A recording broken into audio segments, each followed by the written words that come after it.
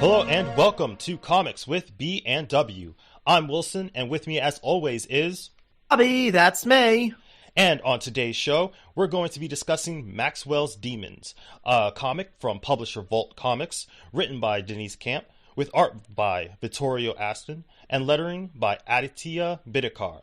I sincerely apologize if I butchered any of your names. Welcome! We have a great show for you today. Probably going to be a bit different from how we normally talk about comics, because Maxwell Demon is a pretty different type of book. You have to have a very high intellect to understand Maxwell's Demons. Yeah, it's... I know I bring up that old meme, but honestly, you probably do.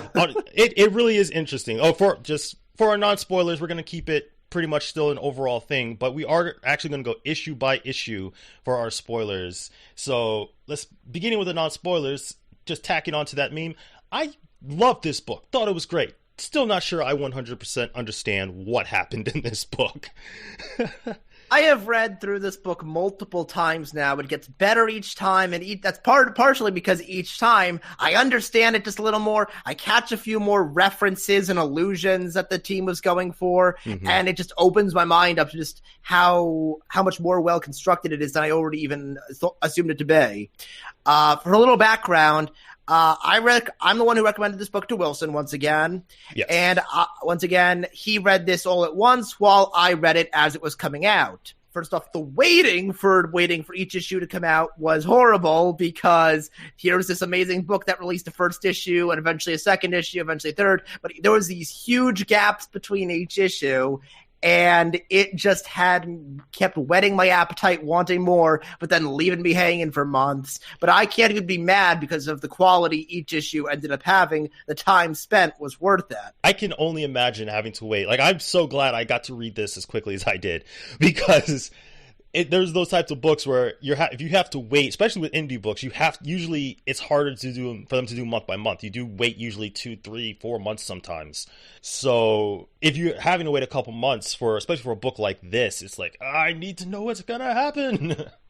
For example, the wait between issue 1 and issue 2 had to be 3 or 4 months. Wow. Yeah. It just got longer from there, to the point where originally it was slated to be a 5-issue miniseries, but they ended up making it 4 issues and just making the last issue double length just because they wanted to get that final piece of the story out there. Yeah, they needed to put something out. Wow. So, Wilson, how would you describe Maxwell's Demons to someone you're trying to sell it on? It's interesting because you told me, because when you said you wanted to do this, I was like, okay, sure.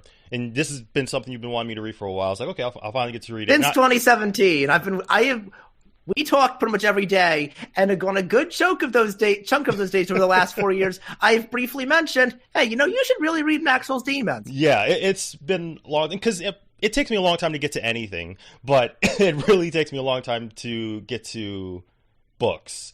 So with this book especially, you basically told me to not know what anything was, so I just read the synopsis and then I just went in. So if I am trying to actually sell it, the way I would sell it is Maxwell is the title character, and every issue is a snapshot of his life, basically. I don't want to kind of spoil too much, but it's very much important aspects of his life and told at different moments that weave together that you don't really understand until you finish that last issue. Like, that's the best non-spoiler way to describe it, I think. Okay, here's how I'd go for it. Yeah, okay. The highest concept sci-fi you can imagine, wrapped around the life of a single young boy. That's good. And a lot of the promotion and description for it. Oh, okay. They compare it to Neil Gaiman's Sandman, and I think that's pretty apt, as both books are equally geniusly constructed. For those who don't know, Sandman by Neil Gaiman is, in my opinion, on a purely technical level, the best thing DC has ever published. Not my favorite, but the best. I would also compare it to the works of Grant Morrison. Now, I am pretty mixed on Morrison a lot of the time, but I understand and completely respect. Oh, I apologize. They identify as non-binary. They use they, them pronouns. I should get that right. They do absolutely have a huge audience, and if you are a fan of Morrison, you owe it to yourself to check this book out, because Denise Camp is the next Morrison in terms of the levels they are ready to go to in their sci-fi. After I read the first issue, I messaged you, and it was like, holy crap. You know, I'm like, this was brilliant on a level I've never read before.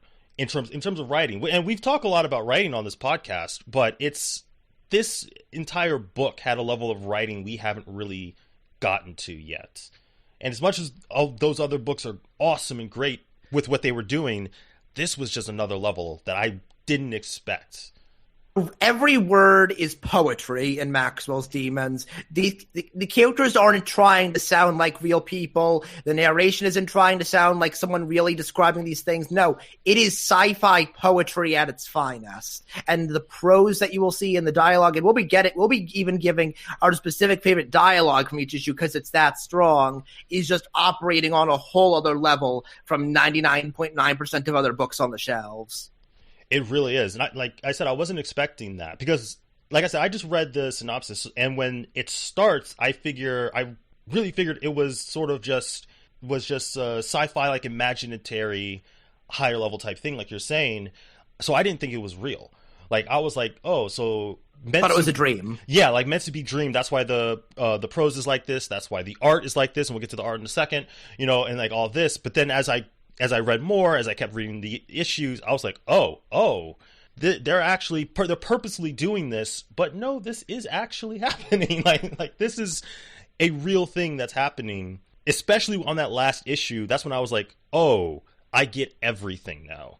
You know, I get, like, I put that in quotes, like, I get everything now because I finally understood how all the pieces sort of would go into place to create the person Maxwell was, and why every single issue was the way it was. I gotcha. And since you brought it up, talking about both the art and lettering without going into specific examples yet, they are operating on the same level as the writing in terms of the lengths of creativity they are willing to go to. Like, this is one of the issues where the writing is at such a high level. The art, it doesn't necessarily... You mean series? Oh, yeah, series. Writing is such a high level. The art doesn't take a back seat, but it just complements it so well. It's kind of like, what is it called? The synergy? Synergy, yes. The synergy between the two is probably like one of the most perfection things I've ever gotten a chance to read. Agreed. And once again, I'm always sure to bring this up. Lettering is often criticized or rather not criticized, but often looked over by reviewers, by regular fans as, oh, anyone can letter a comic. This book shows why you can't. Very, very, very tiny spoiler. I know I do this every time, but I have a hard time talking non-spoilers. Yeah, me too. There is a character in this book who speaks entirely in radio frequency. That is how I would sum up the lettering in this book. That is how creative it gets. And I will never be able to forget this character because Denise was so happy. He was constantly promoting this guy on Twitter. That's cool. But the lettering is really good, though, because you always know who's talking, too. Like, and that's something that's sort of underrated with the lettering as well. There are so many different fonts for each and different types of balloons for each character, exactly. Or each species of character. Exactly, because there's a whole issue where Maxwell's just going to so many different places. Places. So for them to basically take the lettering to that place where it's not all just white with black letters, like, no, they switched it up a lot depending on who was talking. To reference our last episode on The Wrong Earth, which if you haven't checked out, you should go listen to that. That book did a really good job in terms of using the art to show what two different Earths were like. Mm-hmm. This book takes it to the next level, gets the lettering involved with that too. The way people speak is reflected in the lettering on each different world. Yeah, exactly. That's a great way to put it. Exactly. Okay, so like I said, I'm bad with non-spoilers, and especially with a book like this where each issue is its own story, and we're going to be spending a lot of time on each one, we should really get to spoilers. So I'm just going to close out this section by saying this. I believe that you can decide if you will like the series based off issue 1 alone, because it is both the best issue of the series, in my opinion, and I would go so far as to say the best #1 issue of all time across all comics, and one of the best single issues of any comic of all time as well. And I agree. And so speaking of issue #1, let's go ahead. Spoiler time! Get into some spoilers and get into the first issue, which I 100% agree. This is easily the best issue, which honestly puts it at such a high level because all of the issues are really good. 2 through 4 are all 10 out of 10. They really are. #1 breaks the rating scale. Exactly. That's how good this is. Like I said in before, after I read this issue, I immediately messaged you because I probably shouldn't say this on a podcast, but I was at work and we actually had just a pretty big lull happening. So I was like, I need to read this book for our podcast. So I was like, let me just do one issue here right now. So I just went through the first issue, and by the end, okay, let's just get straight to the end. Let me just do this. Go for it. Really quick. Max. Okay. Terrible.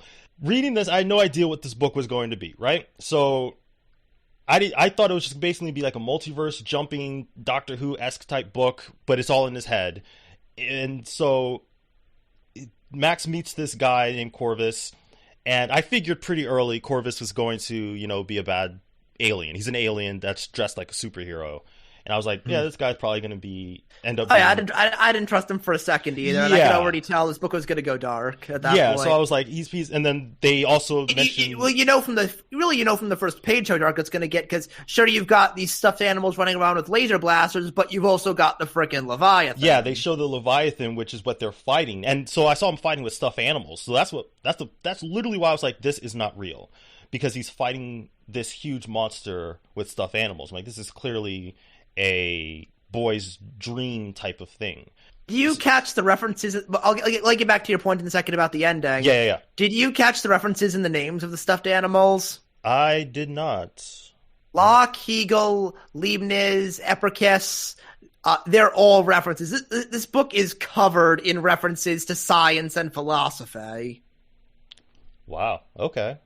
Because I definitely can tell that this book is operating at a level I'm not at. It would definitely take me, because this is. You've been talking about kung fu and satire books. What were we thinking? Oh my god! Because I've only read this. I've read each issue a couple times, but really read it. Had to, right? Yeah, I've really read it, once all together. But then I've gone through and sort of picked out things that I liked here and there. So I've read it, a few times, but I know I'm still, and I'm really bad at Easter eggs and references anyway, even when they're right in your face, especially when they're going to be higher level type Easter eggs. I'm definitely going to miss them. And that's so you were saying about go back to your point about Corvus. But so Corvus, I knew he was going to, or it, I don't know the genders for him, but that there was going to be an alien and that they were going to basically come after Max, and they, did the whole, we've been basically grooming you for us to eat you and take you over. And I was like, yep, called it, knew that was going to happen. And then right when he's like, I didn't kill the Leviathan, I was like, okay, and it's like, it's part of me. I'm like, he's like, I can't kill it, but I can control it. And then he just, you're reading a book and you can't hear it, but you can hear it. It's like one of those things, you just know he's saying this in a manner that is way too calm for a child, and the monster just slaughters all of super villainous-esque. It just slaughters the aliens. And the final caption box is as he's walking out, and he says, behind every hero is a villain, behind every alien is the unknowable, behind every door is murder. And he's walking out and it's just all red, and that shot was so gorgeous. Chills. I really got chills. And it still sticks with me. Every time I see that shot, I'm just like, oh my god, that is so freaking good. Was that your favorite quote from the issue? It is not my favorite quote. My favorite quote is actually the first thing that's said, because I'm very much, it's not really a tangent, but it is about what we're talking about. back when I used to write a lot, one of the things that people would always tell me was like the first thing, like the first sentence, whether, you know, novel, comics, whatever, the first sentence really has to capture the tone of what you want to go for. And there are both arguments for and against that. Yeah. And I've, you know, obviously as with everything, you evolve to learn, you know, yes and no. Like I've seen people say the first paragraph. I've seen from first page. Even. Yeah, like I've seen all of that. So, you know, but when I was really first starting out, people would say, well, I read, you know, that first sentence has to be the best sentence in the entire world, which kind of, you know, hurt me a lot. But anyway, but my favorite quote was the first caption boxes, actually. Even though, you know, I think the final caption boxes are more chilling, the first caption boxes really told me what this was going to be. So I'll just say it real quick. The mind of a child is every moment in the midst of an industrial revolution. It's churning, quaking foundries, taking in the quotidian, and by the agency of violent new processes, transforming it into the miraculous. That's the quote. So when I read that, I was like, whoa, this is going to be a different like I was like, this is going to be a different type of book. Like what does that quote mean to you? I mean, to me, that's like the entire basis of childhood imaginary. You know, because it starts off with him in this world with his stuffed animals, getting ready to fight the Leviathan, and I'm like, this is a kid with a brilliant imagination, and he is turning this world into reality, basically, and it's constantly changing, and it's spectacular. You know, like to me, it's just like taking that ordinary and making it spectacular. And especially when you meet his father and you see what his real life is like, it's like, of course he would be doing this. You know, like, we'll definitely talk about his father in a second. Yeah, well, yeah. It's like, why did that epilogue pack a punch? Yeah. So I was like, of course he would go into this world. And then I mentioned the door earlier. He built, which again I didn't think was real, but he built a multiverse door. You know, and I thought it was all in his head that all this was happening. But no, he's a genius. He built this multiverse door, and he would explore the multiverse. And in that first issue, he's exploring it with Corvus, and that quote stuck with me because I was thinking he's turning the ordinary into the spectacular with stuffed animals that help him fight the Leviathan, and then even the Leviathan being revealed to be a part of him. Like it was all just so. It all, in my opinion, it all really does come back to that first, and then even that last quote of caption boxes. My favorite quote is one for very personal reasons. I think it's beautifully written. I think it's horrifying, but it's also very personal. Okay, yeah. Stuffing and blue fur cling to me in wisps as my hands move delicately in the entrails of the only things that loved me. It's because, when I say it's personal, yeah. I have always, as a kid, I had a very close relationship with my stuffed animals. I still have plushies on my bed now, though those are all Pokemon now. And just seeing him do that to his friends is, oof, that gets me. Yeah, and that was a powerful scene too, when he had to all of his stuffed animals, you know, the things he built that were gave real, them life. Like they were real. They, you know, followed him, they trusted him, they loved him, and he had to. They were broken apart. He mutilated them. Yeah, and he had to build a weapon in order to fight the Leviathan, and it was brutal. It was really sad, you know. The art there, especially, it got me tearing up. That was oof. But I should say this book is not all just big ideas and depression and darkness. This is a damn funny series. Surprisingly, yes, it is actually pretty funny. It has a lot of humor to it. In this issue, that mostly comes from Max's brief adventures with Corvus, where we see them just going to different worlds, and that includes stuff like pissing off God at his gates. I thought that was so great. I thought that was so good. But yeah, like I really, and then like Max, ARC books does not mean you have to be humorless. That's what, again, like you mentioned earlier, this being, you know, one of the best single issues and the best #1.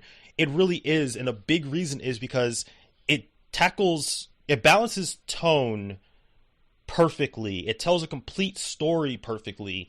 It makes you care about all the characters that are involved without, and then the dialogue is perfect. The caption boxes are perfect. The art perfectly Haunting. is used throughout this, and it's just literally everything about this is just as it goes. Nothing is wasted. Basically, I'll say it that way. Nothing is wasted in the panels that they use within every single page. Right. And getting to the characters, like you mentioned, because each issue of this being a snapshot of his life, each issue brings in more and more characters in different parts of it. This issue gives us Max himself, and it foreshadows who he'll eventually become. But at this point in time, he's still just a genius kid looking for adventure. But we can also see there's a bit of sinisterness to him, but we don't know how much just yet. Yes. And even still, we sympathize with him because of his home situation. Again, 1 second, let me get to that. And apart from them, there's also Corvus, who serves his role as the twist, even if it's a bit predictable. I think it's supposed to be predictable because he's childish. He's being naive to trust this stranger. And then again, there's Locke, Hegel, Leibniz, and Epicurus, who are just these adorably loyal friends, and their fates are just But that does bring us to the end of this first issue as we talk about Max's dad. Yeah, so as we go into Max's dad, it's another cliche, but it's not a necessarily bad cliche, because as we say about most things, if you're going to do something basic, at least do it well. So Max's dad, is the alcoholic, sort of abusive father. He's definitely abusive. Abusive father, which you can then understand why Max would be the way he is. But they still do go into depth as to why the father is the way he is, which, doesn't excuse anything the father does. But it's also that sort of thing where if you can add depth to something, you should do it anyway. So, and it's basically... And that's what happens at the end of the issue. Exactly. The epilogue is literally just... Because they could have easily just kept the father... I think in most of the first issue, he's just on on the couch or whatever, on the chair, just drinking and just yelling at Max to cook him dinner. And then in the epilogue, you get so much more of who this guy is and why the way he is, because he lost his wife, and he's just... He's not equipped to take care of this genius kid. He's not fit to be a father by himself, a solo father. And, he's abusive, and he's lashing out in the wrongest ways possible, so... The book certainly does not excuse him for this, but it explains it. We see how much he wishes he could be open and kind to his son. But right at the end, he's basically saying, "I'm sorry, and I love you, and I wish I could tell you, but I can't tell you when you're awake." And it's just one of those things where it's like he clearly knows what he's doing, so it's not excusing anything. But you also know that he sort of hates himself for it. And so it's just that sort of, again, that balance of you get why he's doing it, but you don't excuse why he's doing it. So it's just the layers. It's always, if you're able to, add layers to things, please. Because it does improve the story. Even if you aren't going, then especially if you're going to make like an abusive father or mother or whoever, don't excuse them. Don't be like, oh, they're doing this, so they're actually okay people. It's like, no. But you just say, hey, they're doing this because of this, but we're not going to excuse them for it. We're just letting you know that this is happening as to why. All right.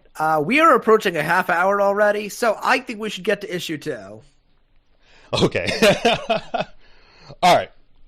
Do not want this to run 2 hours long. Yeah, we really could be here for a long while. All right, so anyway, let's go to issue 2. And I just want to say, I think issue 2's first page perfectly sets the tone for everything that's to come and how different it is, both for this issue and the rest of the series, as we are just thrown in blindly to this new protagonist as she receives frequencies from all over space in the deep, deep future, and each of these radio frequencies she's receiving could be their own story. They're all in different fonts, all telling these crazy mini stories, and it's just, we're thrown into essentially a completely different comic. It really is. And after you told me about issue I told you about issue 1. You told me issue 2 is is out of order. Like, you said that these issues are out of order. I shouldn't have told you that in retrospect. I should have let you go in blind and be confused like the rest of us. like everyone else was. I'm glad you did, because when I started issue 2, I was like, that's not Max. So I'm like, so I legit thought it was, again, because basically until issue 5, I thought that everything wasn't real. So I thought this was the real world, and that Max, because in the first issue, we're just in, other than when he's doing his multiverse thing, we're in Max's house for most of it. So I thought with this one, I'm like, oh, this is the real world then. This is outside Max's house. And that's what I was thinking. So I was like, okay, we're outside Max's house, and I guess this is probably years later because it's so, technology advanced. But so he's probably going to be older now. And then we'll go back, because you had said, it was out of order. So then we'll go back to him being a kid later and follow up to what happened in issue 1, which, we kind of do, kind of don't. So I was reading that, yeah, we get a new protagonist who's really good. Like, again, the writing, like, it's not as good as, issue 1, but Denise still did a very good job of setting up this new protagonist. This is Yael's journey through the moss. Yeah. Basically, the premise of this issue, unlike the first one where it's a kid going on adventures through space, is we have this battle-hardened woman trying to achieve a mysterious dream along with a bunch of other alien competitors, and we just slowly see them each fail one by one.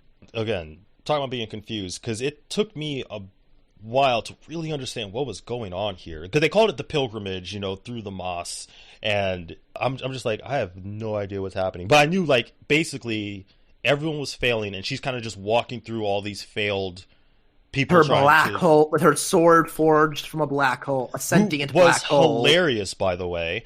Like, that sword was great. They just keep going, and they're trying to fight, and they all just keep dying. And it's just like, okay, this is a terrible pilgrimage that these people are going on to get to the center of this maze. A lot of them get a single page dedicated to them, just explaining who they are, why they're here on this pilgrimage, what they're hoping to gain from it, and then just killing them in some horrible way. In 5, 4, 6 panels, whatever, they make you invested in these characters, they make you want to see them succeed, and then they brutally murder them. Yep. Brilliant. And it's could they keep the same format of nothing goes to waste? And they do that through the whole series. It's just great how there's a lot more caption boxes in this one, but all of them mean something because they're telling you about all these characters, because there's a lot of characters that appear in this one due to basically just what the premise is. But it's, you still at the same time are focused on Yael as she goes through this thing.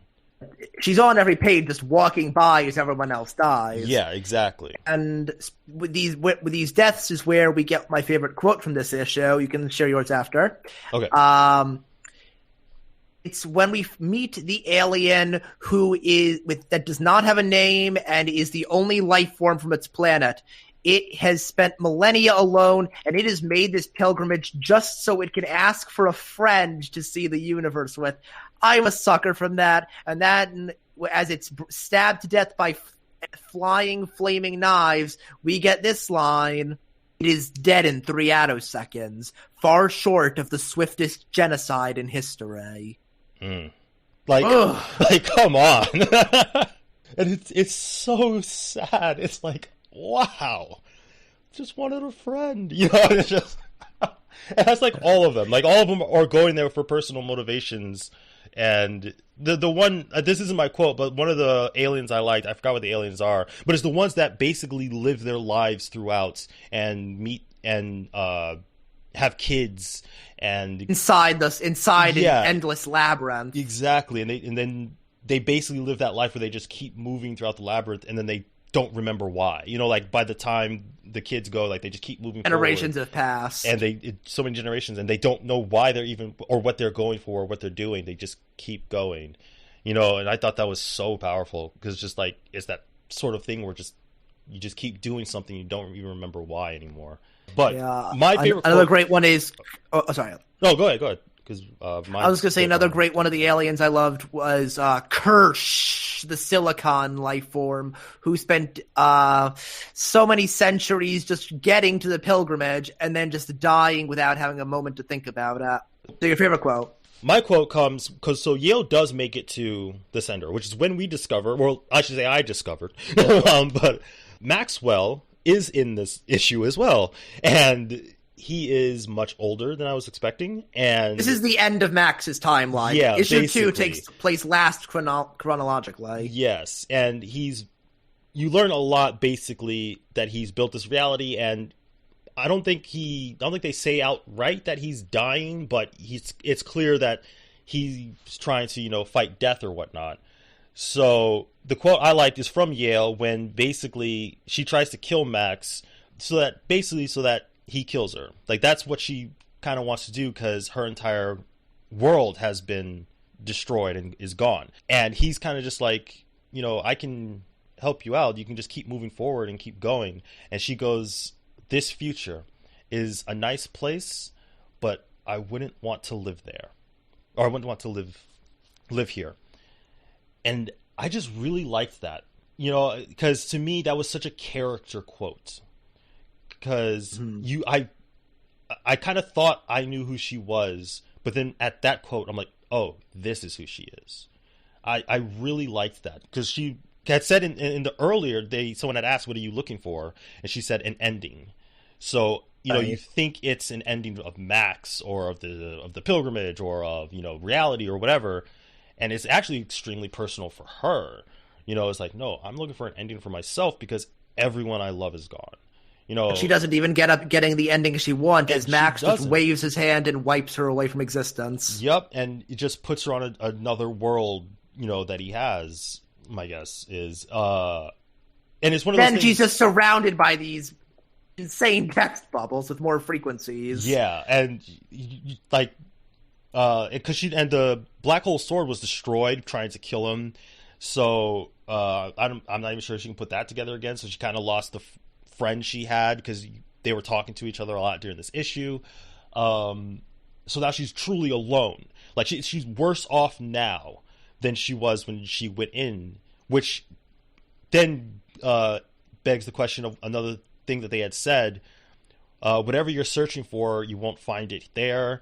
The moss. So whatever comes back. The moss. It doesn't give. It doesn't give. It only takes. Yeah. And it's like, oh, damn. It's like, and because you see all this death, so you think death is what it meant. It's like, nope, there are other ways to destroy a person. It's just like, death isn't the only way to have your heart completely destroyed, basically.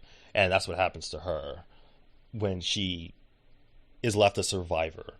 And, of course, this issue also introduces the true star of the book, Friedrich the Rat Mouse. Freddy! Friedrich is in every issue from this point on. I think he's in issue 5. And he is just Max's companion throughout all of time as he does all of his insane stuff. He is the one life form that sticks by him. All right. Do you have anything else you want to say about issue 2?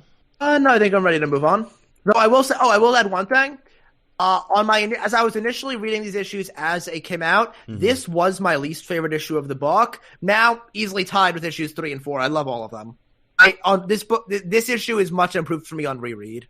It's kind of unfortunate all of these issues had to come after issue 1. That's just sort of like when you set a bar that high in your first issue, and then because like you said, it broke the ranking scale in that first issue. Then you go to a 10 out of 10. It's like, what is this? It's just like it's sort of unfortunate. It's like, oh, okay, I guess we can have perfection, whatever. Because again, like the art, the lettering, like the lettering's like in this one, the lettering definitely takes a lot of. You see it, like you said, with the radio signals. And or we're on issue 3 now. No. I'm still talking about issue 2 for a second. Okay. But the letter with the radio signals and just the sword when the black sword talks, and then the arts with everything, because you see like this city and this world and different aliens. Like everything is so well constructed. could honestly see I myself. want to see the script for this freaking issue, just to know how much of this was Denise writing essays for script pages, and how much was giving the artist creative liberty. Because it's so good. Like, you would think this was the first issue of a new limited series or an ongoing comic or something. It's so well told with how alive the world is. It's really good. It's just so good. How many times have we said good already? Jeez. We're gonna say it more. Just letting you all know that now. Okay, I'm just gonna pull out my handy dandy thesaurus. That is not a thesaurus. I actually did pick up a book just now. I don't know why. It was actually a copy of To Think I Saw It on Mulberry Street, because apparently that book is worth a lot now. Oh, really? Okay.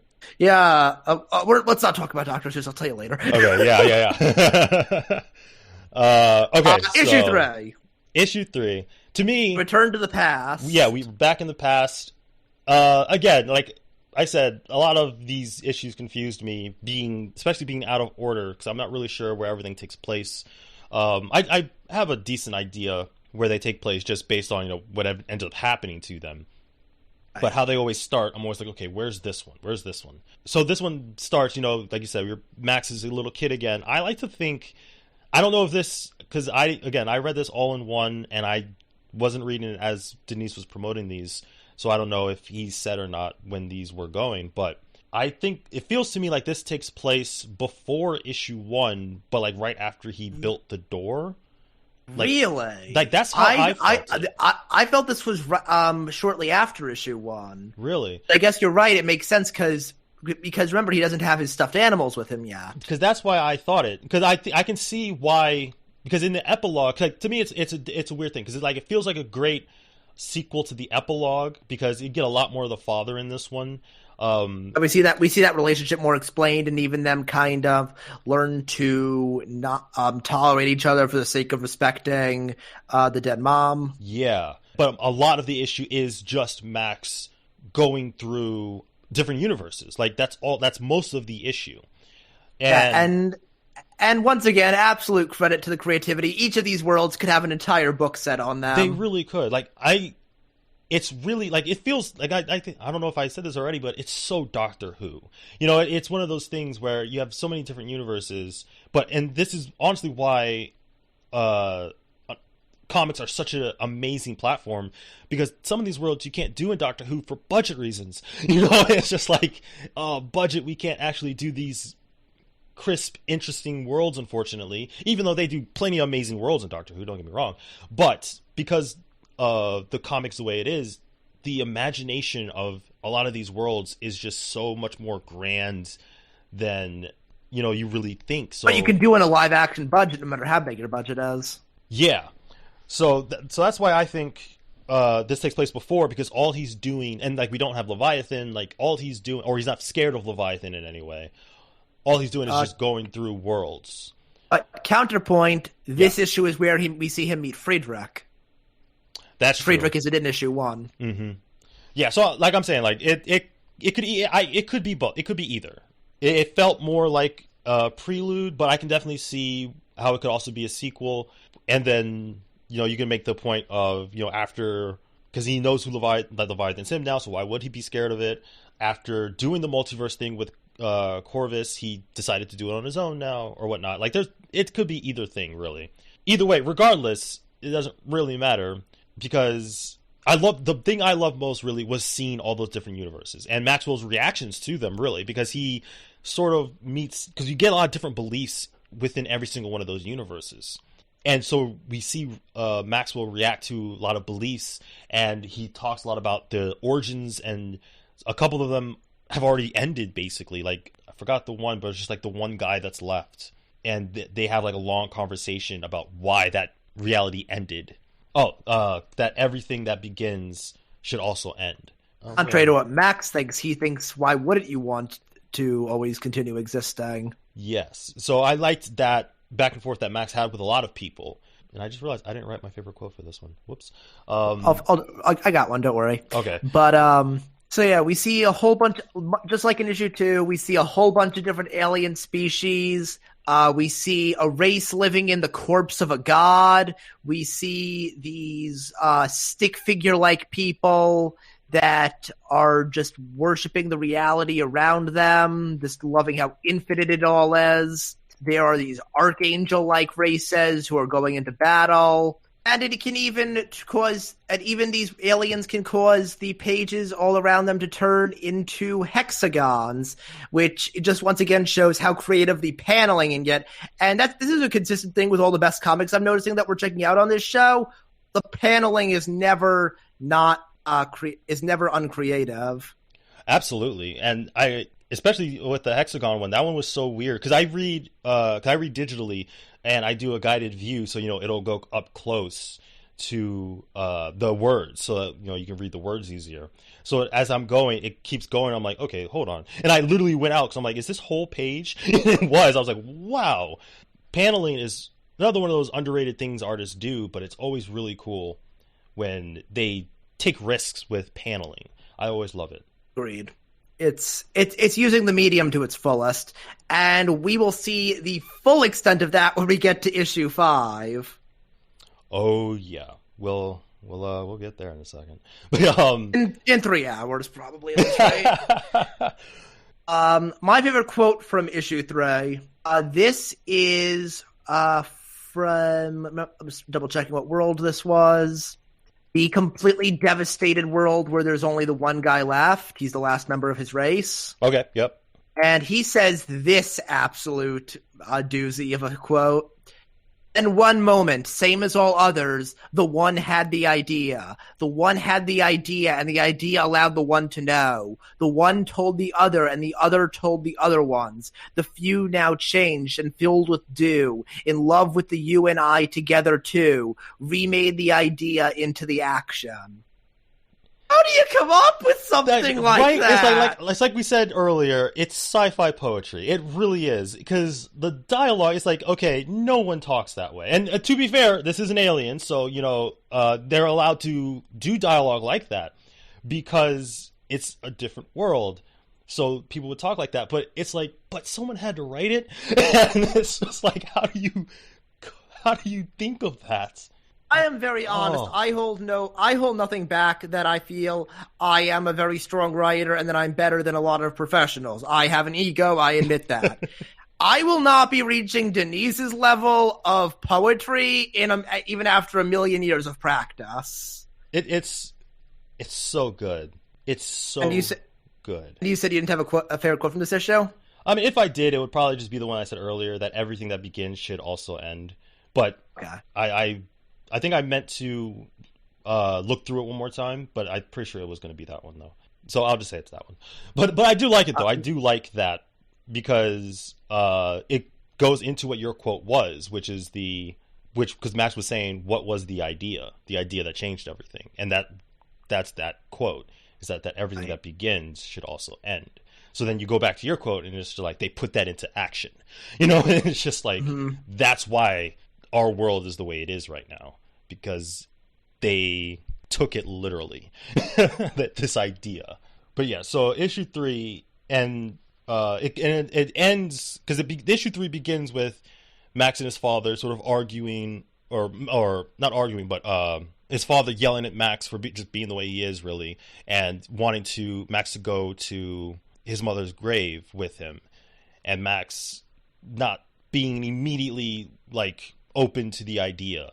So the father was just extremely mad about that. And I generally hate stories that try to give any towards of sympathy or empathy towards abusers, especially abusive fathers, because #personal issues. The ending landed with how they were willing. Max was willing to accept that, yes, even though he wants to live forever, even though he doesn't believe in an afterlife, he still is willing to come to his mom's grave and pay his respects. And like I said, for me, this was an interesting interesting follow-up to the epilogue. I have a few things I still want to mention. Okay. On the sign that shows that again, along with the ending, the signs that still show Max's humanity, we see him when he's talking to the living world, and he tells it you are not at all a sensible planet. A funny line taken out of context, but also he's not willing to doom an entire civilization just so this thing can meet a similar life form. And similarly, when he meets the guy who's the last member of his race, he's trying to help him. He wants to take him somewhere. He does not want to leave this guy all alone. He's trying to be a good guy. At the same time, we see his evil side because he hates spiders, and spiders are adorable. Okay, that's a completely different thing. No, I'm sorry. I do not trust people who hate spiders. Spiders need to leave us alone. But no. Oh, are we going to get into something here? Okay, forget Maxwell's Demons. This is now the spider debate show. Spiders. Why are they around? No. Because they eat bugs and they are taking care of their kids. Yeah, okay. Well, eat them in other places. Why are they messing with me? A couple other things. I mentioned before how this book is littered with references to scientists and philosophy. Yeah. Issue 3 has Overwatch references. Really? Just straight up Bastion and Zenyatta are on one page. No, I haven't played enough Overwatch to really get any of those references for sure, but that's interesting. Yeah, and this was the perfect time for it to come out, especially for me, because I was soup. In 2017, I was spending hours every day on Overwatch. And the last thing I want to mention for this issue before we move on is what sets up for the finale, as we see a caped hero being observed by Max. One might say he's even quite Superman-esque. Because there's that page, and then there's also the page where he's falling, and he's talking about how time is a lie. I like that page a lot. But then you do see, again, foreshadowing to like issue 5, you see him in handcuffs, you see a tic-tac-toe game, foreshadowing, not foreshadowing, but showing back to issue 2, you see Yale, you see Max older. So like he's like you even see him with an older Sophie that we never actually get to see in the book itself. Yeah. I thought that was, again, I didn't notice that until I did my second or third reread. I was like, oh, wait a minute. Because obviously I wouldn't have known the first time. I was just going through, trying to read it, figuring out what's going on. And I thought that was really cool. That and I don't know necessarily if he, saw it in the way that we're seeing it, or if they just sort of like went by him real fast and they're just sort of like lingering in his mind about how I think if he'd actually absorbed everything we were seeing there, he would have been acting much differently in issue 4. Yeah, I agree with that. So I think it's just one of those things where the future's flying past him, but it's too fast to really comprehend. Okay, so let us move on to the final double-sized issue, number 4. Okay. Starting with the first half of it that is dedicated to a single conversation and a multiversal battle across space and time. Just two things that naturally go super well together. Okay, so I will say, again, this is still a brilliant issue, and I still very much love it. It's still a 10 out of 10, and I very much like Max. I really like Sophie a lot. And I thought the dialogue between them was really engaging. And again, it's one of those things where real people don't really talk the way these two were talking to each other. These are two, I think they're supposed to be like 18, 19 at this point. Would you say that's about right? Yeah, I could see that. Mm-hmm. Yeah, two 18, 19-year-olds discussing philosophy for 24 pages. Yes, but it's still, it's engaging. I am of the opinion that if your dialogue is strong enough, you can make an entire story that's just two people having a conversation. See, and for me, this is my least favorite issue, only because it wasn't entirely just two people having a conversation. Really, you didn't like the alien battle? I didn't care for the alien battles, mostly because I didn't know why they were fighting. But they were all trying to kill Max. That's what I thought. That's what I thought it was. I figured that's what it was, just mostly based off issue 2, honestly, which I think that's a sort of interesting thing, is just like they all, because of the way the multiverse works, and with issue 3 saying time is a lie, I'm like, odds are, go full Terminator with it, people from the future might try to come in the past, or people from other multiverses might try to come to his verse to kill this guy. So I figured they were all trying to kill him. But I didn't care about it, mostly because they never really got to him. If they had actually interrupted, and then we saw Max sort of stop them. But then I think that would have actually been worse in a way. So I don't know. But I didn't care for it. I very much would have just preferred it completely being a conversation between Max and Sophie the entire time. I like it for two reasons. Right. One, it helps with the pacing of the conversation because, while I do maintain that a good conversation can carry anything, comics are a visual format, and you need something dynamic to look at. And this gives you breaking up just reverse shot, medium shot, wide shot. It breaks it up with these action shots.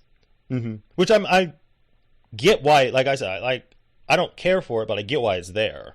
Yeah. And the other reason I like it is I just love the creativity on display. These are some insane alien designs. Yes, that's very true. They're all different. They're all unique. It's like we didn't get the same 3 robots in a row. You know, like they're all very different and unique alien designs for sure.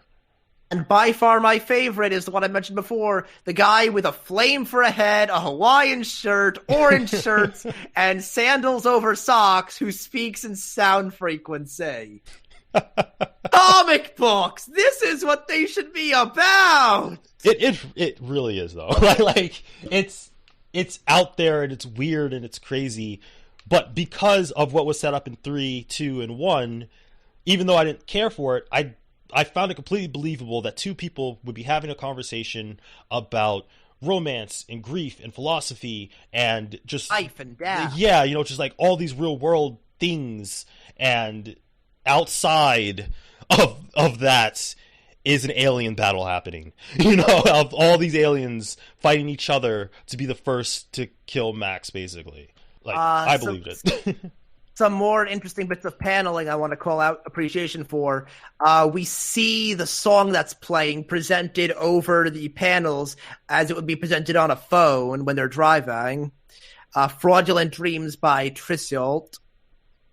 Yeah. And later on, when Max is describing the origins of why barns are red, which this book made me find absolutely fascinating, despite never really thinking about barns before.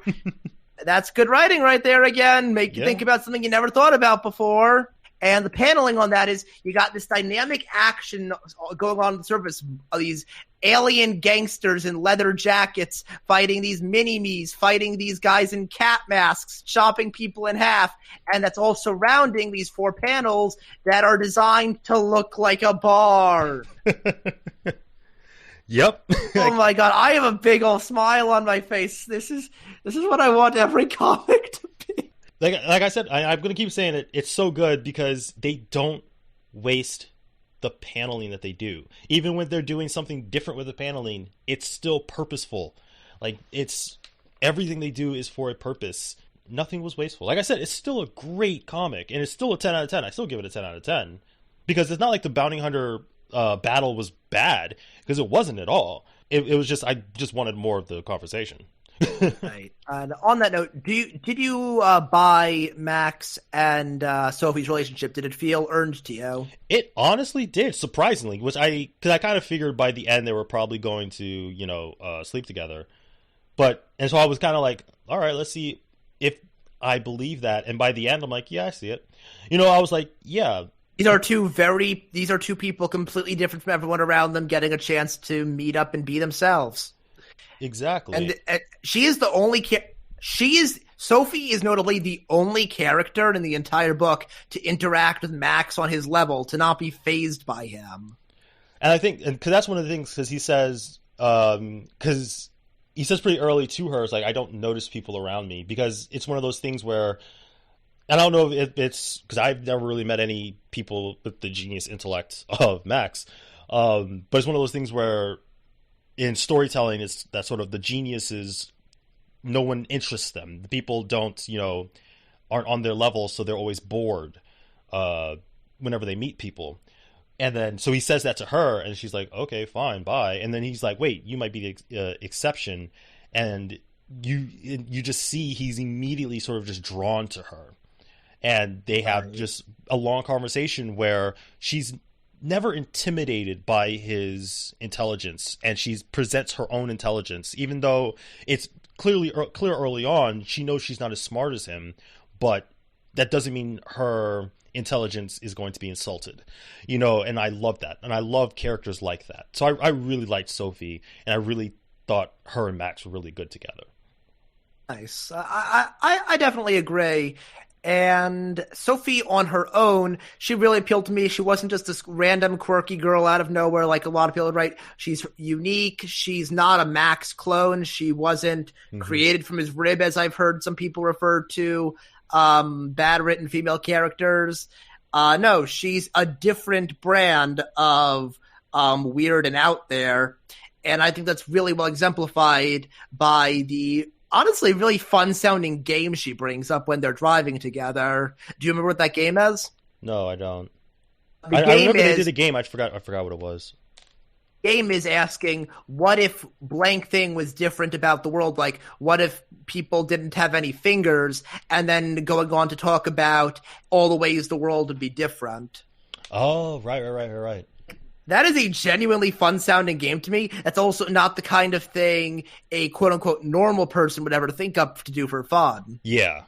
She's different in a different way than Max is. Than a lot of people are, really.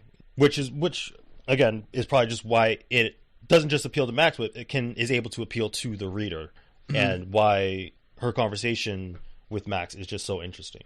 What was your favorite quote from the issue?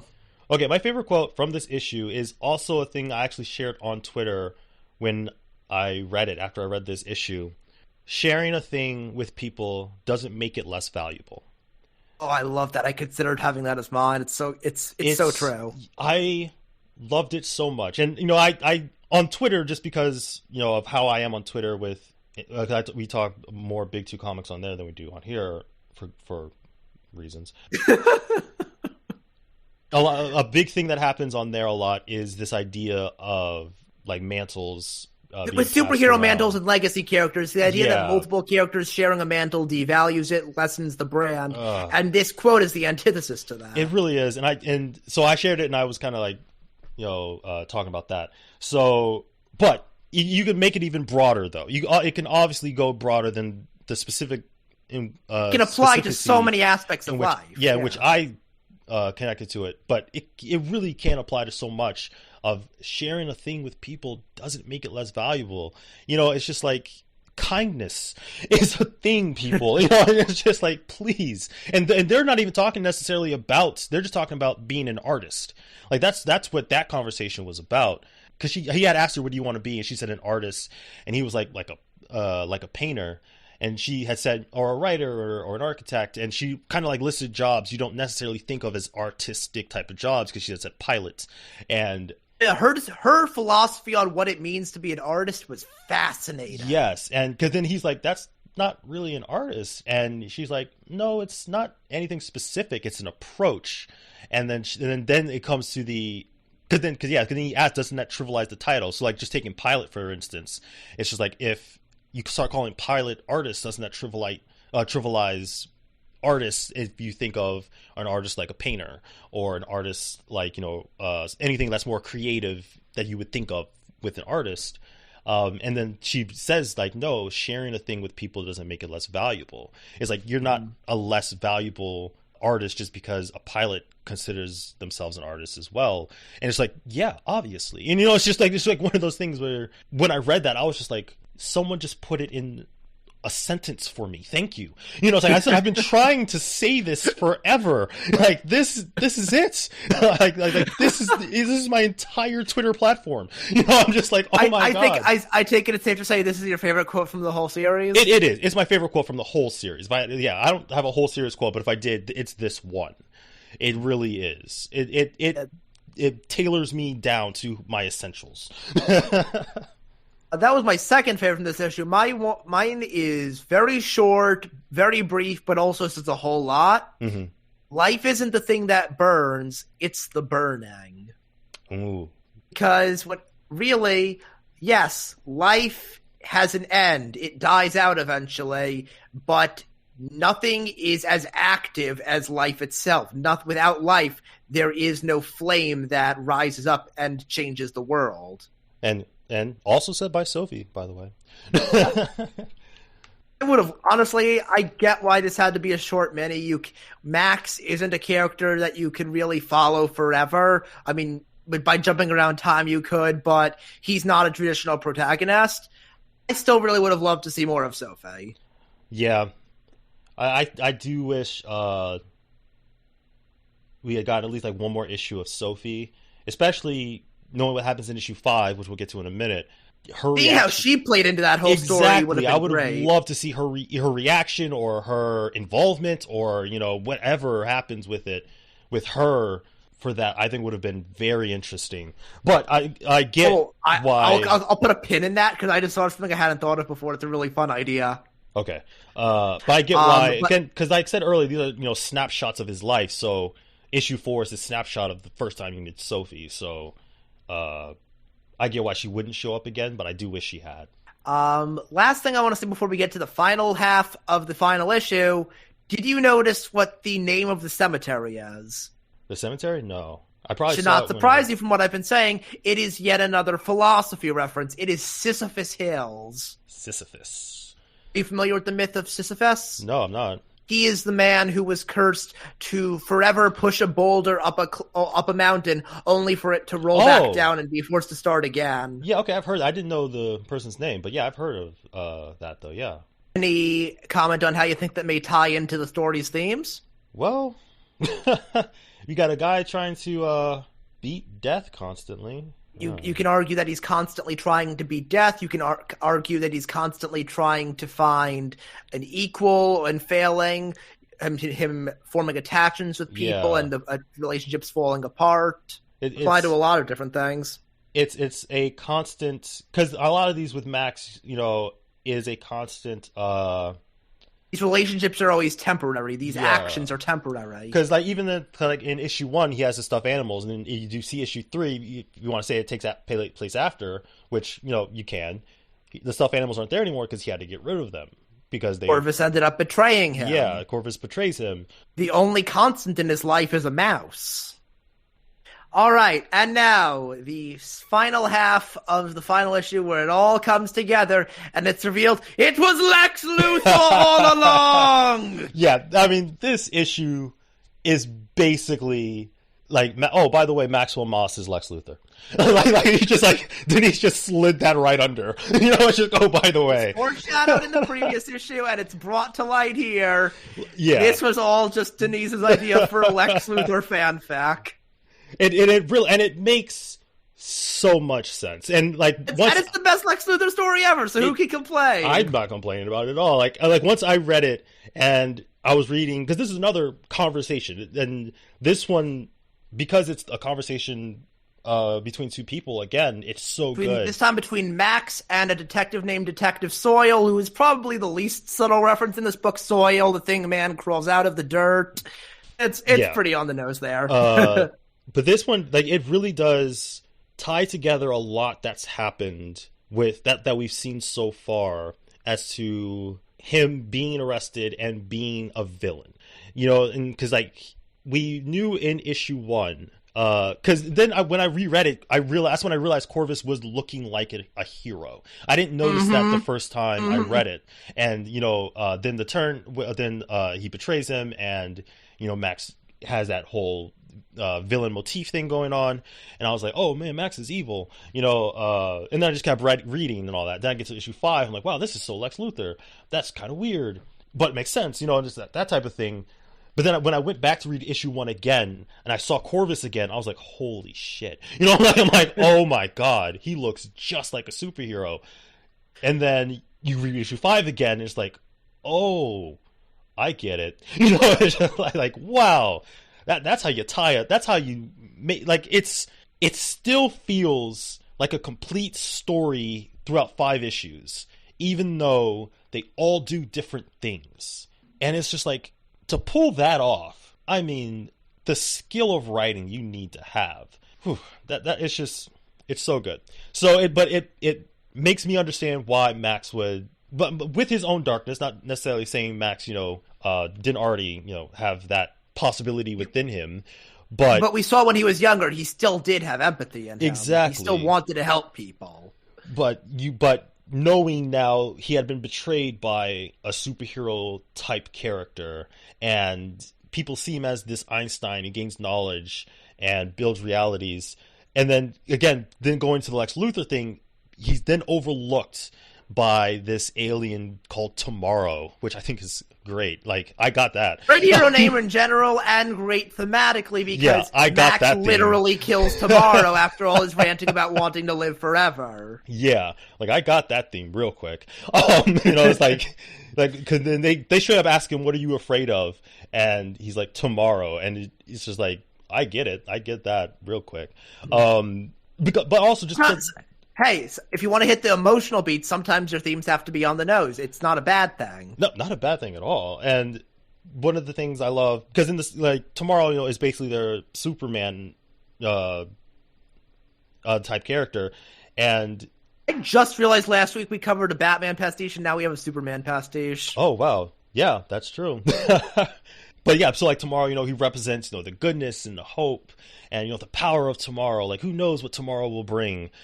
And as Maxwell, he's the Lex Luthor, so of course he hates Tomorrow, not just because it overshadows him, but as we've seen in issue 3, he's seen the graveyards of all these realities, and he's seen what Tomorrow may bring. So he kind of fears Tomorrow a little bit. Same time though, he wanted to work with him. Yeah, at first, but he all of his powered suits quickly. And elaborate death traps later, he was never able to succeed. Bunch of things I want to talk about here. Yeah. Okay, so first off, I mentioned it before, the paneling in this issue deserved all the goddamn awards in the world. Yes. I mentioned Grant Morrison before, and a lot of modern artists look at him and want to replicate the magic of the 9-panel grid that writers like them and Alan Moore used, but they just have no idea what the point of the 9-panel grid is, or how or why to properly use it. This book takes an entirely new approach to it by having a game of tic-tac-toe going on during the issue as Detective Soyle tries to get a confession from Max, and it's at that point we realize, the 9-panel grid is a tic-tac-toe board. Is a tic-tac-toe board. And it even starts drawing lines through it to replicate the O's and the X's. Because there's a fight scene that's X's and O's. Mm-hmm. Like, it's that good. Like I'm telling you, again, as I said earlier, I think basically every issue, not a panel is wasted. It's just it's that good. And Detective Soyle is actually, despite being a cop, he's a pretty interesting character because we start out, we think he's just this guy doing his job trying to get a confession, but as it turns out, he was actually Tomorrow's lover. I did not see that coming at all. I didn't see that coming either. That was actually a really good twist. And it's one of those twists that's that makes a lot of sense. That actually makes sense why because he was very passionate. Passionate and aggressive about getting this confession. And you think it's just he wants to be good at his job. And as with most detectives, hopefully, I'm sure that's true. But you realize that it's very personal for him as well. And then, once again, on the reference ship, this is littered with references to various Superman and Lex Luthor battles from across comics, movies, animation. They reference the real estate scheme from Superman 1. Okay. Well, you can tell that... I've never seen only Superman movie I've seen is Man of Steel. Oh, really? Yes, the only Superman movie I've seen. You need to fix that. But no, you can tell the entire creative team loves Superman and what he stands for. Mm-hmm. And this wasn't just, Lex Luthor is the best, let's write a book about him. No, this team loves Superman, even if they killed him here. Mm-hmm. I mean, that's a thing that I think is sort of misconstrued a lot, especially if people do homages that seem negative with characters. It's like, you killed this character or you wrote this character differently than they usually are in main universes, so you must hate this character. And it's like, well, no, not necessarily. Especially if they do it as well as Denise did in this and as the artist did in this, odds are they love the character a lot. Like, only someone who truly loves a character can really get how to destroy that character.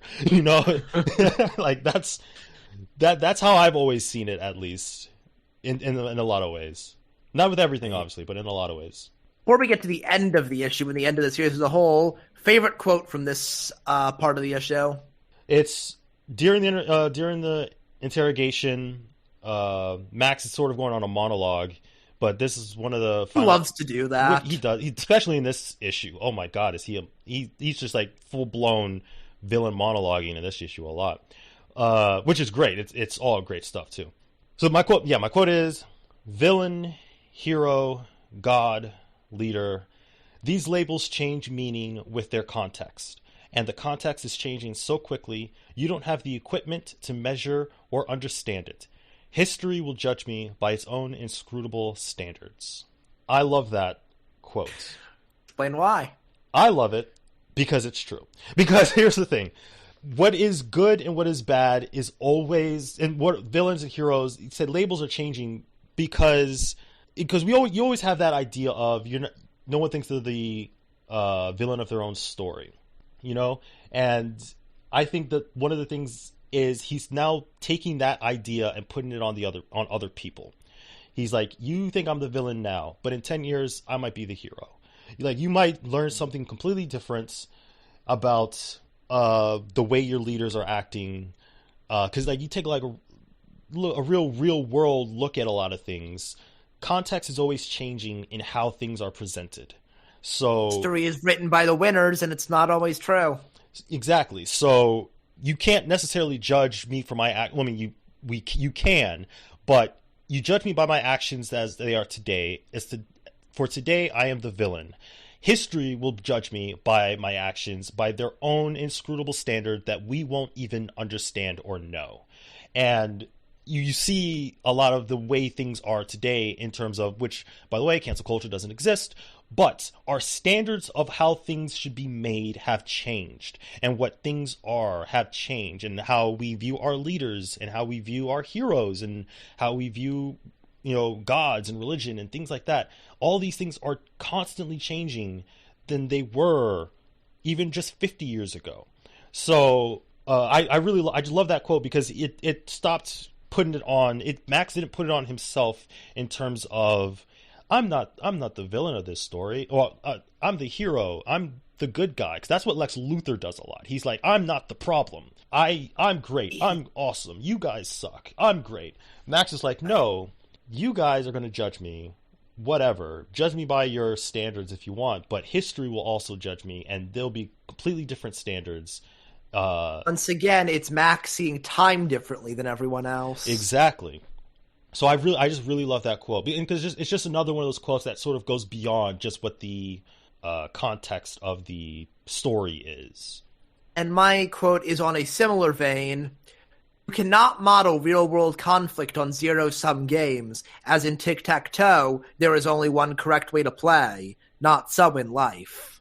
And so basically this quote is saying, comes after Max has been asked by the detective, you want to play tic-tac-toe? I thought geniuses like you all loved chess, the game of kings and conquerors. And Max is explaining why with tic-tac-toe, there is a specific way that you can win or draw every time, which even the detective knows. Yeah. But in life, things aren't so simple where you can just follow a set pattern. You can't just, become a doctor and a lawyer or a disappointment like some parents will say. No, there is an endless possibilities upon possibilities, an endless amount of small choices that compose your life and determine if you succeed or not. Yeah, and I very much love that they didn't, because it's another one of those things where it's cliche, and this is one of the many times, but this is also one of the times they could have actually done a cliche, chess game, but they did away with that and did, because you still play a game, which is cliche in itself, but they did something different with it, which is playing tic-tac-toe. If this detective was genre savvy at all, he never would have accepted to a game at all. That's true. Stop accepting games from genius level be mad scientists. Yeah. Oh, jeez. All right, so let us get to how this book ends. Instead of a confession, Max gives the detective plans for how to revolutionize the entire world, how to cure cancer, how to build flying cars, how to increase crop production by 400%.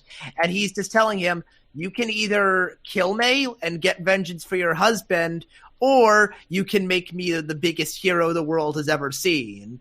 Yep. And if you don't make me the hero, then you're the one keeping the world from all these great discoveries.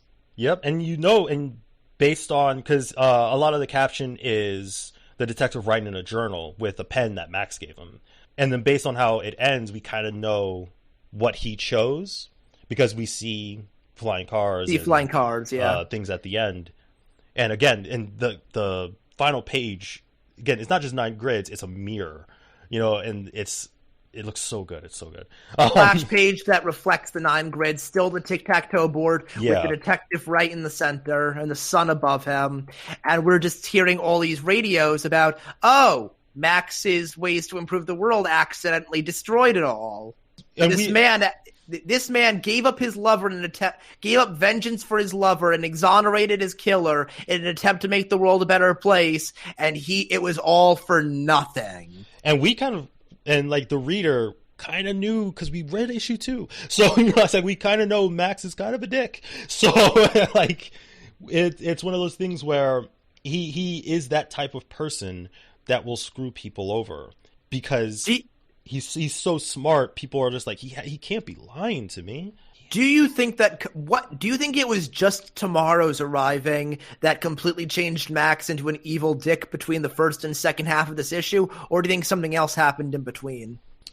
Good question. I'm going to assume something else happened, but it wasn't until Tomorrow that he had something to sort of focus on. So it's like something happened that probably drove him into a tailspin of sort of like an unfettered rage, maybe. And then when Tomorrow came, he had like pinpoint accuracy of what he needed to do, of what he wanted to do moving forward. And what could have possibly caused that, but the death of the one person who actually connected with him. Maybe it was Sophie's death that turned him into the big dick. Yeah, I could definitely see that. An alternative, more fun, less depressing idea that I was thinking of before. Mm-hmm. If he's Lex Luthor, what if she was his Mercy Graves? Interesting. I think her dying makes more sense, but on a personal level, I find that idea more fun. Yeah, I can definitely see her being more of a Mercy Graves figure next to him. I think that would be. I think either one obviously would be interesting, but one of them would just be a more modern, interesting read. Because like the girlfriend wife dying thing drives the genius mad. That's cliche. That's extremely cliche and been done forever, and to the point now that it's kind of it's a pretty negative trope, and I kind of hate when I see it. And again, one of those things where I'm sure you could do it and it could still be good and it could be interesting, especially if you got writing like Denise Camp does.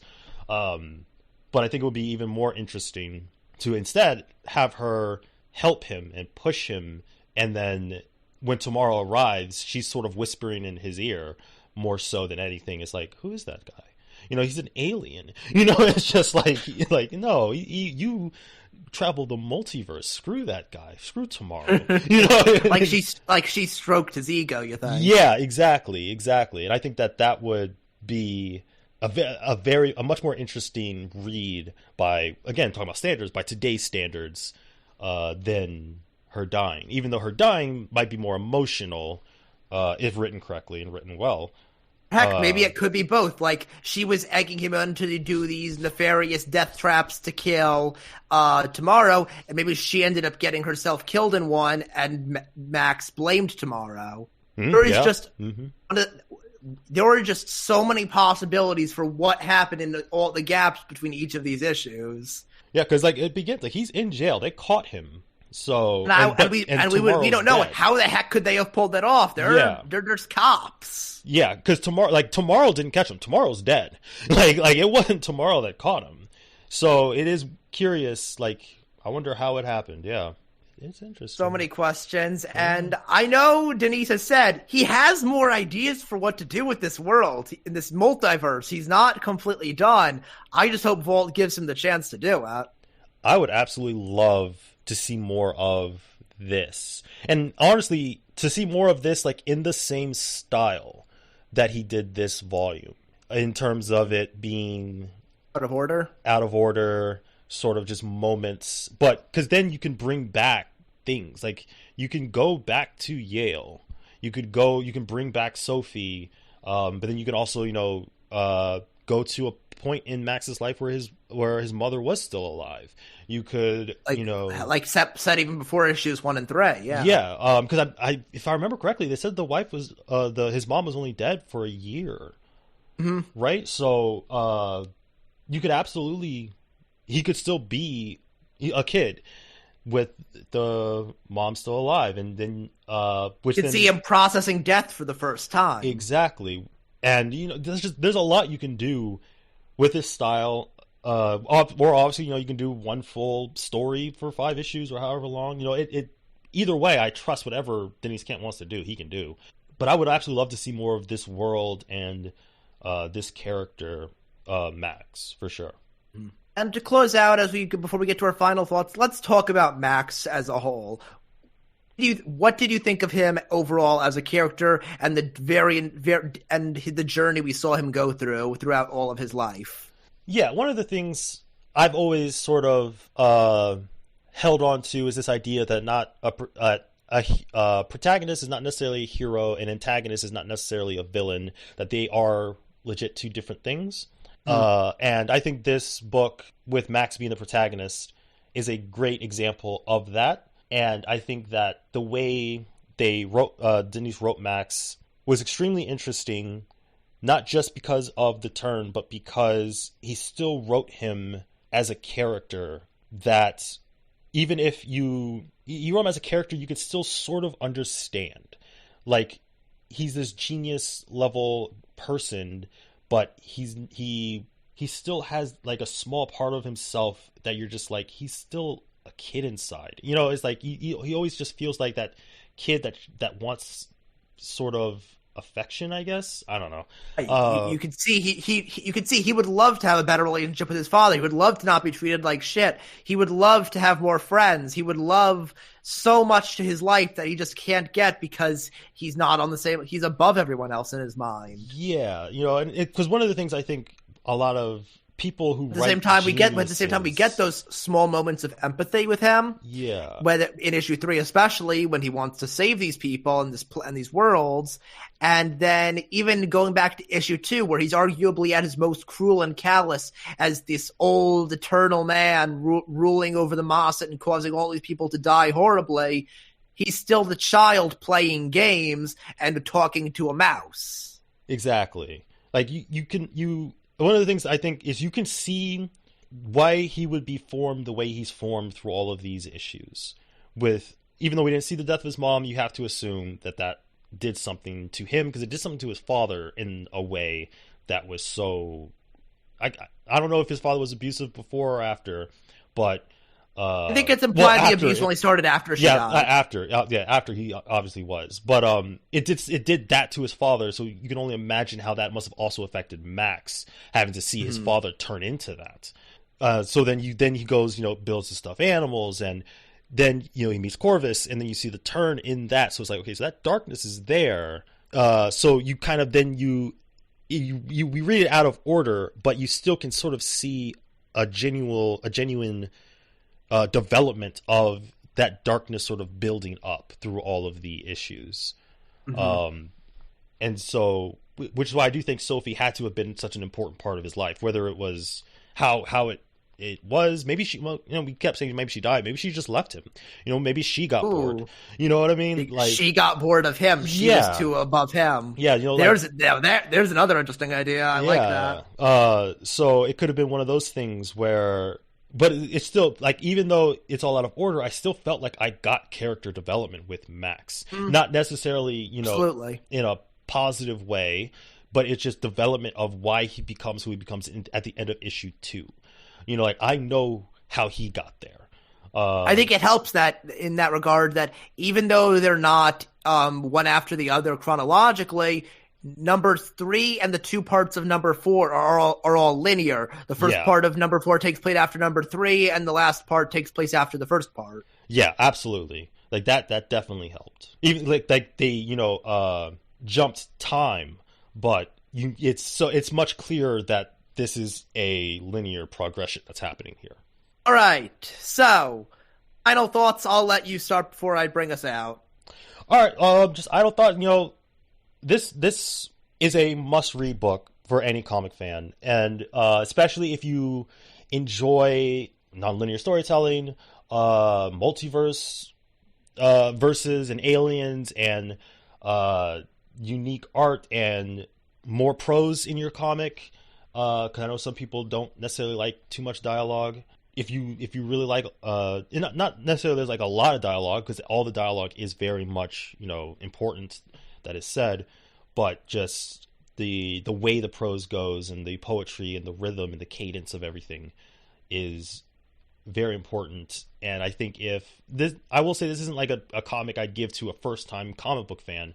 But if you are a long time, we'll scare them away. Yeah. Like I wouldn't say necessarily that. But if you've been a comic book fan for a good amount of time, you've read a lot of Big Two comics. If you've read a good amount of indie comics, I think self-proclaimed hardcore comic book fan should read. I will say that I'm always hesitant, to call basically any creative, a genius. But Denise Camp clearly is doing things on a level that I won't reach, that I don't think a lot of people currently working in the industry will ever reach.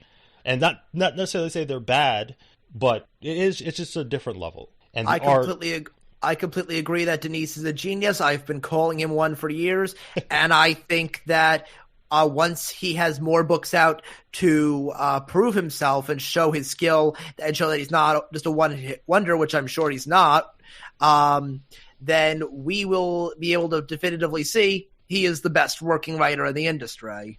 Like, based off of this one series that I've read from him, he is like already in my top 5 best writers.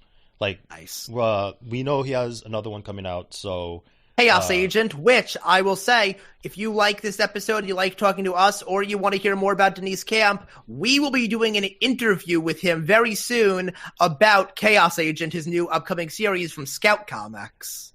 Which looks really cool. So I'm really excited about that. And obviously, based on how that goes, he could easily become, because right now, if you know me on Twitter, you kind of know who a lot of my top writers are. But like Tom Taylor, Jim Zub. So we'll see where he fits in as he gets more series under his belt. But this is one of the best series I've read, and Max is such an interesting protagonist, and all of the supporting characters are interesting. The art is so good and so inventive and imaginative. The lettering complements everything so extremely well that it really is one of the best comics I've ever read. And I completely agree. For a long time, I have said that this is my second favorite indie book of all time, only behind the Spencer and Locke books by David Pepose. But after this reread, I can no longer say that. They are equally brilliant, equally tied in first place. Just, they are completely uncomparable and brilliant in their own ways. Indie books do not get any better than this. The past couple episodes, I've had a wacky little scoring system, not taken too seriously because no one cares about scores. No, this is a perfect book. If you think only a 10 out of 10 belongs to absolute perfection, this is it right here. Wilson covered a lot of my thoughts on the writing, the lettering, the art. I agree on all of that. On top of that, I love how emotional it could get me. It doesn't lose its heart in all of the high concept nonsense and philosophy. And I appreciate all the references that I keep catching more of each time, because I am not an expert on science and philosophy and mythology. I do not pretend to be, but I know enough that I can catch these things more and more each time I read the books, and I love Easter eggs like that. So yeah, all right. this might be the longest one we've done. So thank you for sticking with us throughout this entire podcast. We really do appreciate it. All right, but yes, thank you for listening to us. You can follow me on Twitter at deadletterpoets. You can also send me an email at smithwilson72@gmail.com. Meanwhile, you can follow me on Twitter at Bobby L. Singer, and you can email me at samuel.singer98@gmail.com. If you have any ideas for comics you want us to check out and talk about, let us know. We are in the business of reading all the best indie comics we can. All right, everyone have a great day. Bye. Bye.